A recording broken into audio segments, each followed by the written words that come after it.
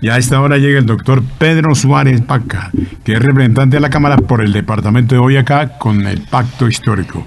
Doctor, muy buenos días, ¿cómo amanece? ¿Cómo le ha ido? Muy buenos días, muy bien, muchísimas gracias. Un afectuoso saludo para ustedes, la mesa de trabajo y toda la audiencia de esta importante emisora. Su merced, ¿nos podría contar de dónde viene y para dónde va? ¿Cómo empieza usted en la vida política? Porque es que nos gusta normalmente que le cuente a la audiencia quién es precisamente el doctor Pedro Suárez Vaca. Bueno, yo soy una persona que nací y crecí básicamente en una familia de profesores, de maestros, inicialmente de escuela y pues después profesores. Mis padres fueron profesores en la ciudad de Tunja, de algunos colegios, del Colegio Silvino Rodríguez, del Colegio Cooperativo, del Castro Martínez.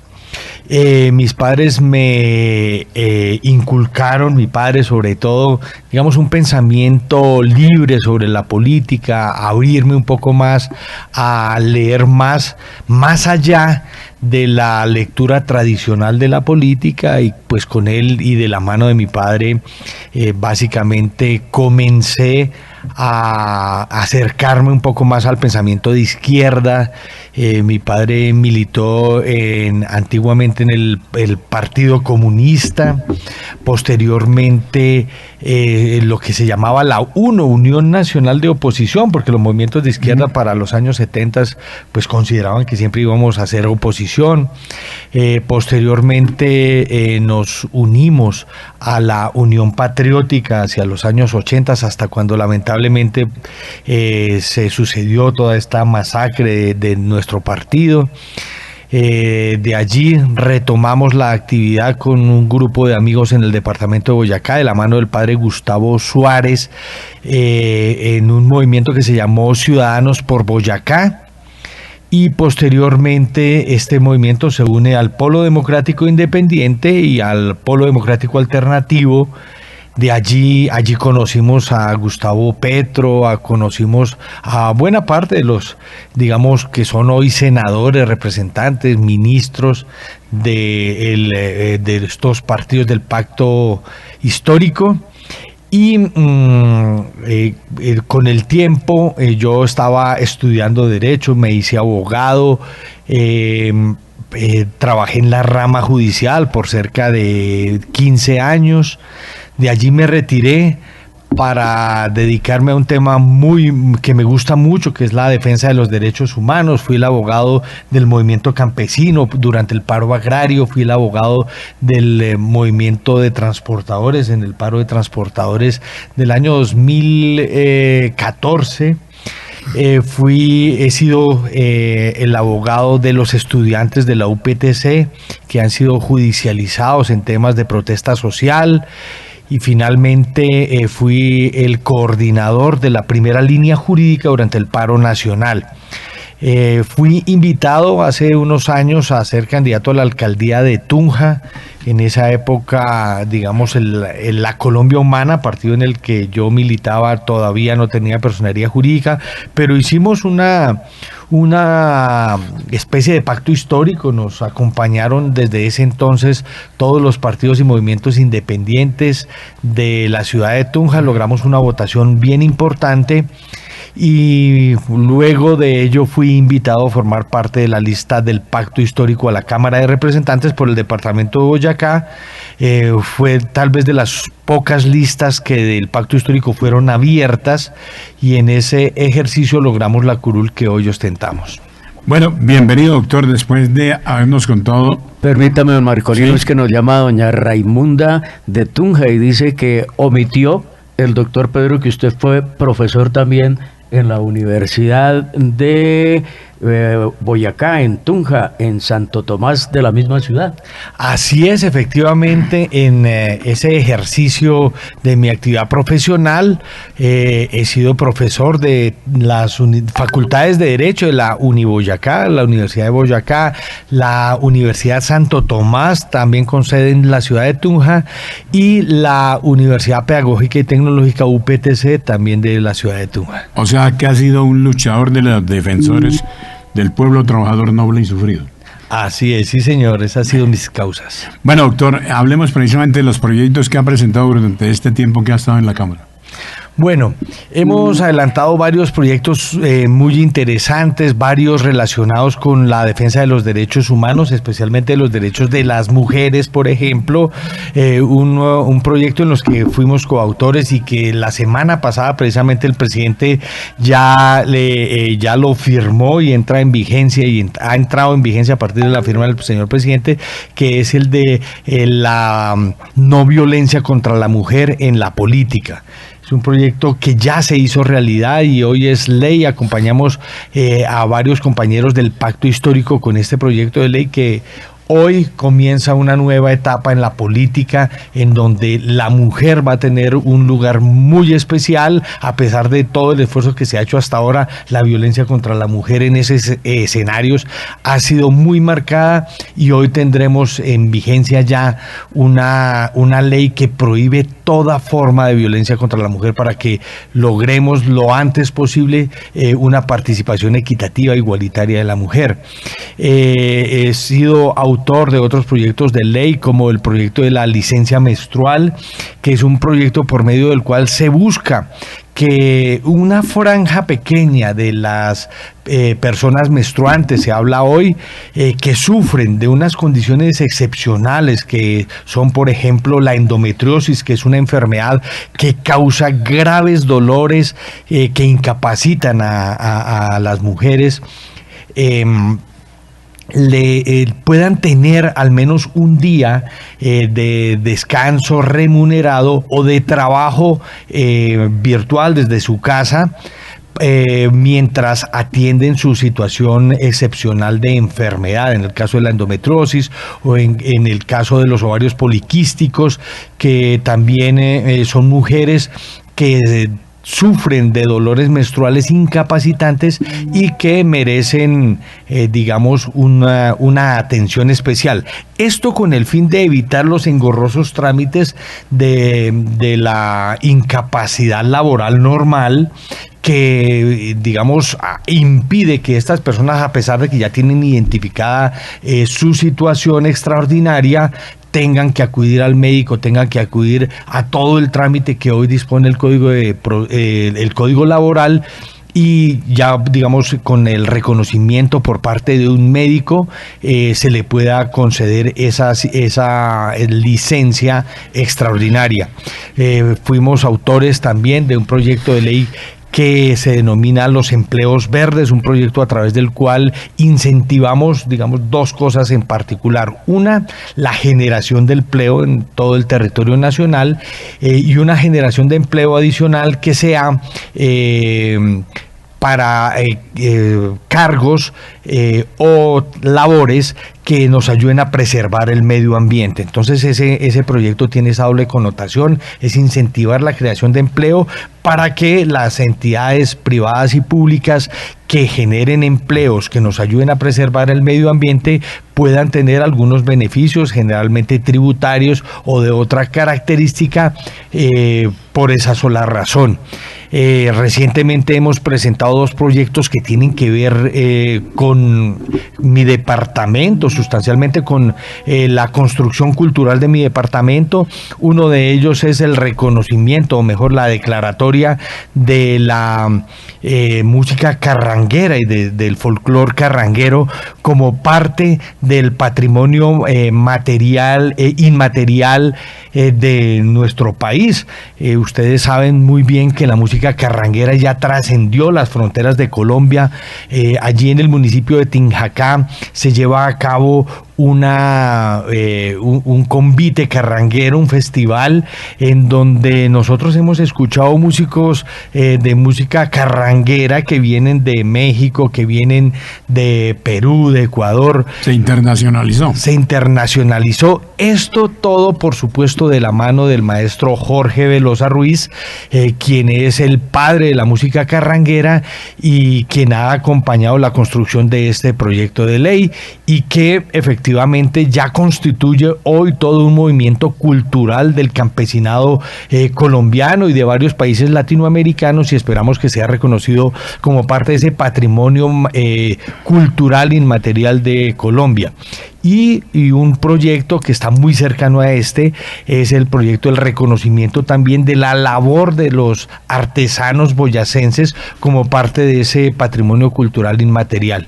Estos, entre otros proyectos que hemos presentado y sustentado en el Congreso de la República. Doctor, viene un tema muy interesante y está candente en este momento, y es acerca de la propuesta de el proyecto de la consulta popular. Proyecto no, eso ya es un hecho. ¿Cómo lo analiza, cómo lo ve?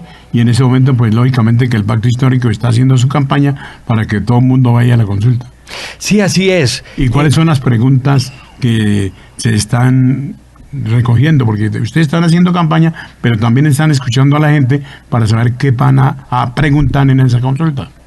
Bueno, efectivamente el señor presidente Gustavo Petro ha tomado la decisión de que, al no encontrar que en el Congreso de la República se esté haciendo eco a las voces del pueblo colombiano en sus necesidades más sentidas, es decir, en una reforma laboral que garantice condiciones dignas para todas y todos los trabajadores de nuestro país, una reforma laboral que permita recuperar derechos que fueron cercenados en gobiernos anteriores y que forman parte del catálogo de los derechos internacionales de los trabajadores, que fueron presentados en el proyecto de reforma laboral, pero que infortunadamente el Senado de la República no ha querido permitir que estas declaratorias y esta reivindicación de derechos continúe por la vía legislativa ordinaria. El presidente ha decidido que al no suceder esto por parte del legislativo, se debe acudir al constituyente primario, esto es, al pueblo mismo, y garantizando las más contundentes condiciones democráticas, será el pueblo colombiano el que debe decidir si se debe aprobar o no esa reforma laboral, es decir, se recuperen las horas extras, se recuperen las horas nocturnas, las dominicales, condiciones dignas de trabajo para todas y todos, empezar a reducir paulatinamente hasta ojalá desaparecer esa forma como se está tercerizando los contratos de muchísimas entidades y empresas en Colombia, esto para evitar el reconocimiento del derecho a la seguridad social, a las afiliaciones en salud, en pensiones y demás. Todo esto se evade hoy en Colombia y por eso el presidente pretende que sea el pueblo mismo el que decida si quiere o no aprobar estas reformas.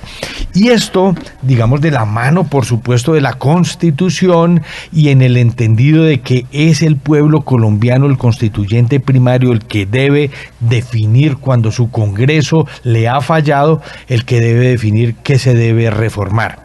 Y como su merced bien lo anota, nosotros estamos trabajando inicialmente en un periodo de organización por ahora de esa campaña para la consulta popular. Estamos invitando en nuestros territorios, en mi caso en el departamento de Boyacá, para que se constituyan unos comités de impulso de esta campaña por el sí a la consulta popular del gobierno nacional.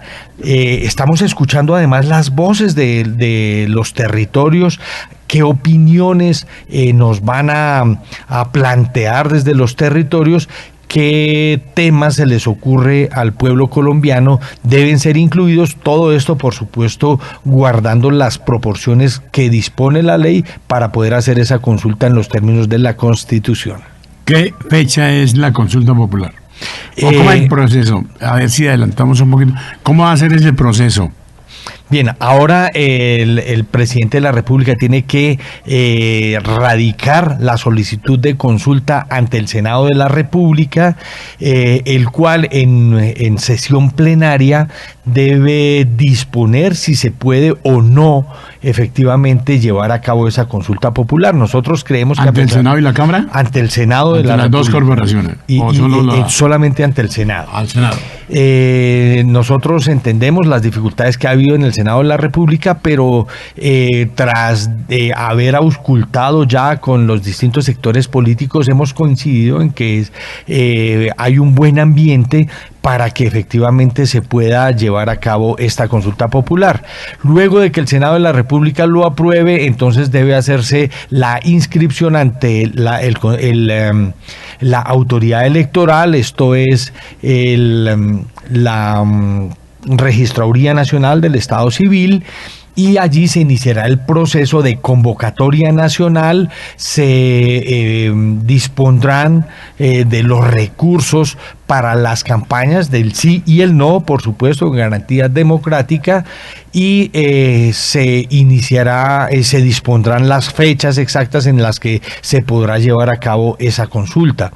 Esto tendrá que tener un término razonable, dispone la ley, que permita que se haga una exposición al pueblo colombiano de las razones por las cuales se convoca, de cuáles son las preguntas que van a formar parte de esta convocatoria, y incluyendo pues las fechas específicas de esa consulta popular. Bueno, doctor, vamos a un break y luego regresamos, ¿le parece? Perfecto. Bueno, tenemos las 7 de la mañana, 30 minutos para que siga don Vladimir con su noticiero en Girardot, y aquí seguimos a través de nuestra frecuencia 850 y todas las demás emisoras.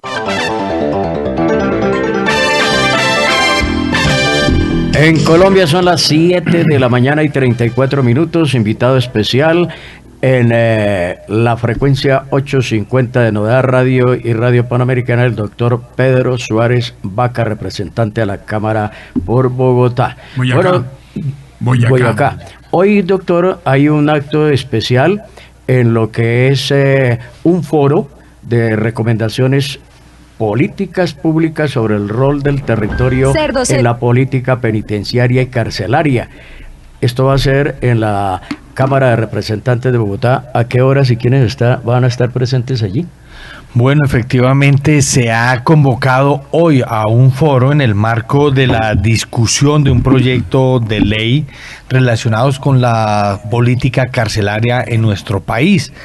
Este se llevará a cabo a partir de las 2 de la tarde en la Cámara de Representantes, y el propósito es que en el marco de la construcción y discusión del proyecto de ley sobre políticas públicas carcelarias territoriales, varios expertos nos acompañen allí, nos expresen sus opiniones, nos den sus ideas, que nos permitan ayudar a alimentar y a construir la discusión sobre este proyecto de ley, que consiste fundamentalmente en que haya un acuerdo entre el orden nacional, departamental y municipal en cuáles van a ser las específicas competencias de cada una de las entidades de estos órdenes en relación con los temas carcelarios. Usted sabe que en principio es el IMPEC, como autoridad del orden nacional adscrita al Ministerio de Justicia, el que tiene competencia sobre todas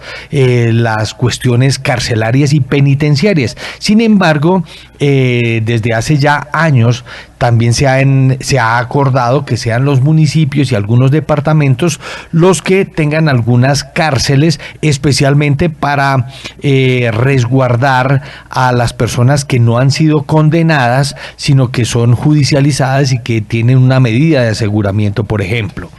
Esas competencias no están claras. Hay municipios además que no cuentan hoy con recursos importantes para garantizar condiciones dignas a las personas que están privadas de la libertad en esas condiciones en establecimientos municipales, y por tanto, por ejemplo aquí en Bogotá, los establecimientos distritales, que son cárceles que no son de la nación, sino son de la ciudad.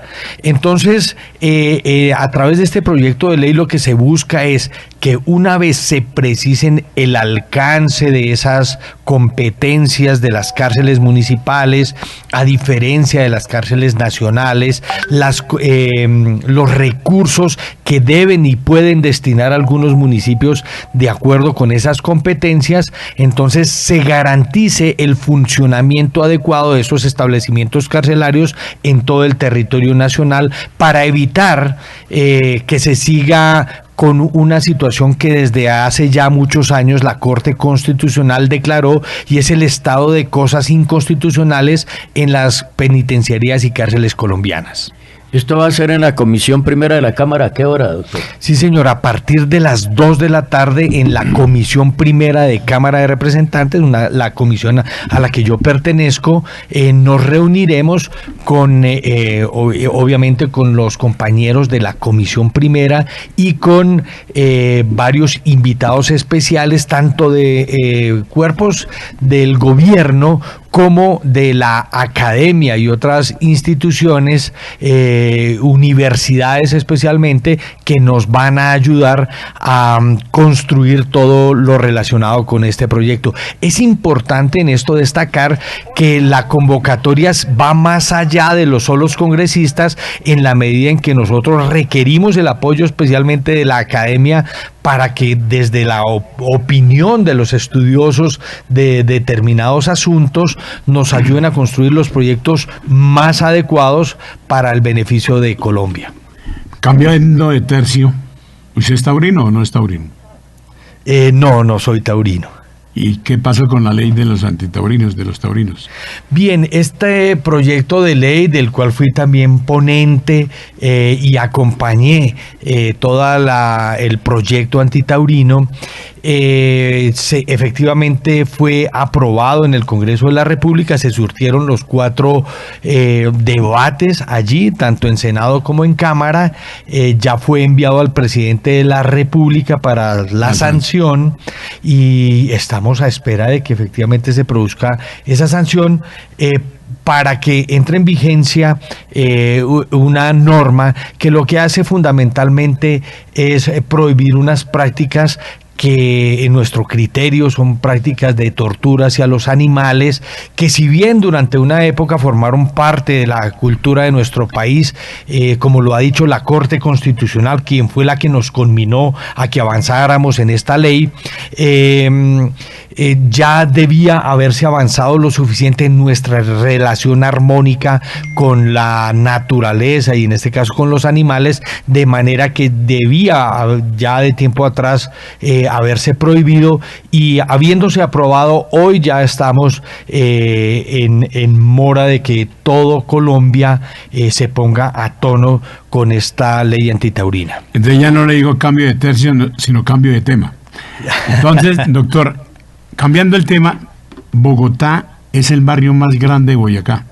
Se habla que Bogotá tiene más o menos entre 2,5 y 3 millones de boyacenses.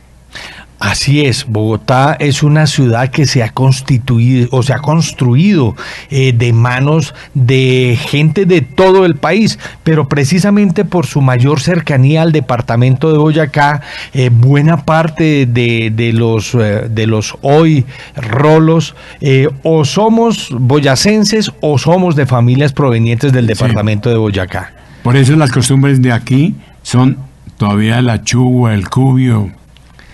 El cocido boyacense, sí señor, las rubas. Y la música carranguera.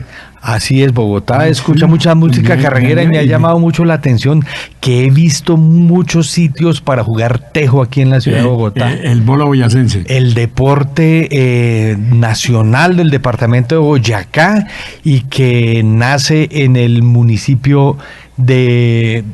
¿Por qué le pregunto esto, doctor? ¿Dónde nació el Turmequé? Turmequé. Por eso al tejo también lo llaman el Turmequé. ¿Usted sabe dónde trabajan las mujeres en pelotas y los hombres en bolas? En el municipio de... ¿Moniquirá? No.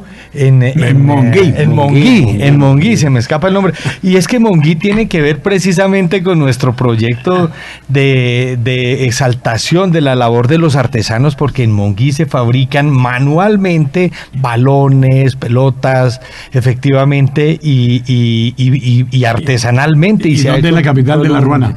La capital de la Ruana es Nopsa, Boyacá. Bueno, doctor, hablando de esos temas, me imagino que usted va a repetir para la Cámara o para el Senado. No, nosotros estamos pensando con sensatez que nuestro periodo en la Cámara de Representantes ha sido muy fructífero y por tanto creemos que nuestro papel en la Cámara no ha terminado y aspiramos poder volver a la Cámara nuevamente. Porque precisamente, pues como le comentaba, más de 2,5 millones, 3 millones de boyacenses viven aquí, pero la mayoría vota en sus pueblos y en sus tierras, ¿no? Sí, señor, así es. Conozco Sobre todo el sector de Bosa es uno de los sectores de más habitantes boyacenses. Así es, efectivamente nosotros en época de elecciones vemos cómo buena parte de los boyacenses que residen y trabajan aquí en Bogotá van a sus lugares, a su terruño, a sus lugares de nacimiento. Bueno, para terminar, doctor, hablemos de la reforma. Es que nos llama un oyente y dice que le preguntemos al representante a la Cámara cómo es su solicitud a la Procuraduría por los conflictos mineros y el aumento de feminicidios y amenazas a líderes sociales. Bueno, efectivamente yo pertenezco a una comisión extraordinaria que básicamente es la que ejerce el control sobre o la vigilancia de las labores de los órganos de control, entre ellos la Procuraduría, la Contraloría y la Defensoría del Pueblo. Y en el marco de la labor de esta comisión nos hemos reunido la semana pasada e invitado a escuchar al Procurador General de la Nación en la exposición de su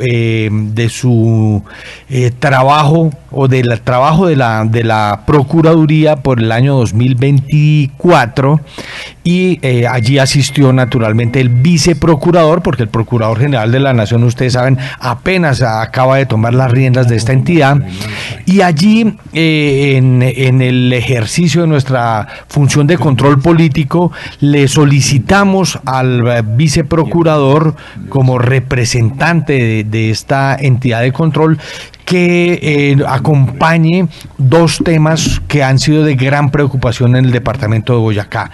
El primero, los conflictos mineros alrededor de buena parte de nuestro territorio, porque allí hay una minería ilegal que se está desarrollando en territorios incluso de prohibición de exploración y explotación minera, especialmente en territorios de páramos. Ustedes saben que el departamento de Boyacá es el departamento que cuenta con la mitad de los páramos de Colombia, al menos el 50% de los páramos que surten de agua a nuestro país están en el departamento de Boyacá, y por eso nosotros somos defensores a ultranza de los territorios de páramo, del agua y de la vida, como nos comprometimos con el medio ambiente. Pero allí el conflicto es con la actividad minera ilegal.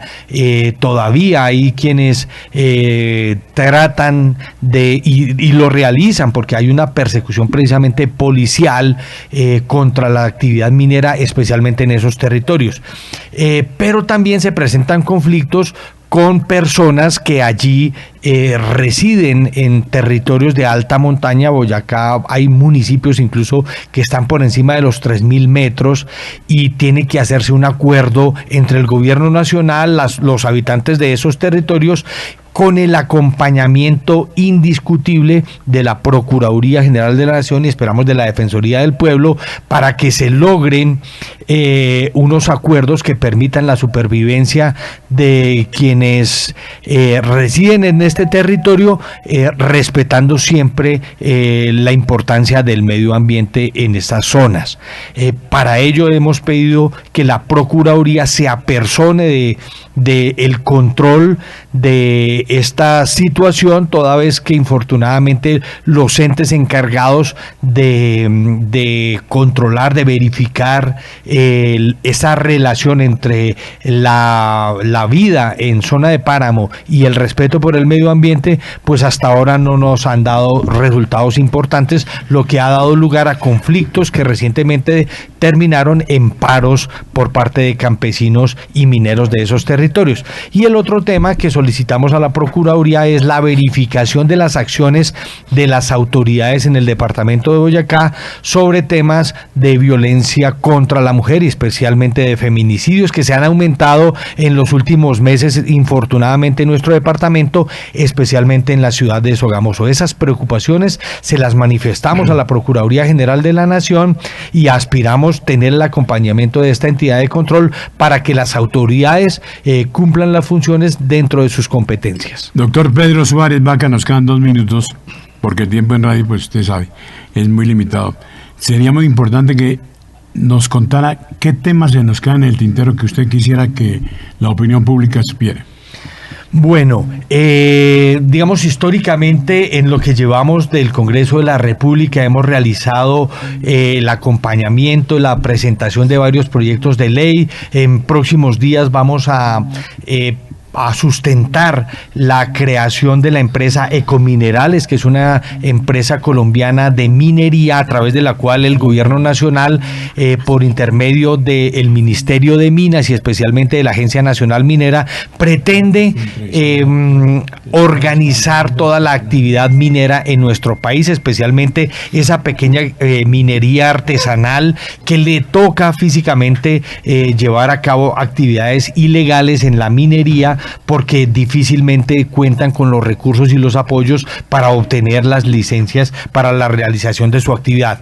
La idea es que a través de Ecominerales el gobierno nacional organice la actividad minera, permita que los pequeños mineros respeten la ley, se unan a esta empresa y se realice una actividad minera responsable, especialmente con el medio ambiente, y que los recursos además que devienen de esa minería efectivamente lleguen a los territorios para la satisfacción de las necesidades de los colombianos. 30 segundos, doctor. ¿Cómo analiza la situación de Estados Unidos y Colombia respecto a los aranceles? Bueno, yo creo que el presidente Trump no midió las consecuencias de sus decisiones de imponer aranceles indiscriminados a todo el mundo, pero especialmente a un país aliado como Colombia, que le impone algunas dificultades en las exportaciones, pero que también nos obliga a nosotros a mirar otros mercados y que seguramente esto va a redundar en dificultades enormes a mediano y largo plazo para la propia economía norteamericana. Doctor, muy amable, esta es su casa. Bueno, a ustedes muchísimas gracias, un afectuoso saludo para toda su audiencia y por supuesto que estaremos atentos a continuar. La próxima vez, lo digo al aire, le tengo el disco en acetato de La Cucharita de Jorge Velosa, que me lo regaló cuando estaba empezando a promover la música aquí en Bogotá. Ah, qué maravilla, me alegra muchísimo que en nuestro país siga habiendo cada vez más gente escuchando la música carranguera, que es una música que nos alienta a reconocer el trabajo del campesinado colombiano. Y ahora sí, acá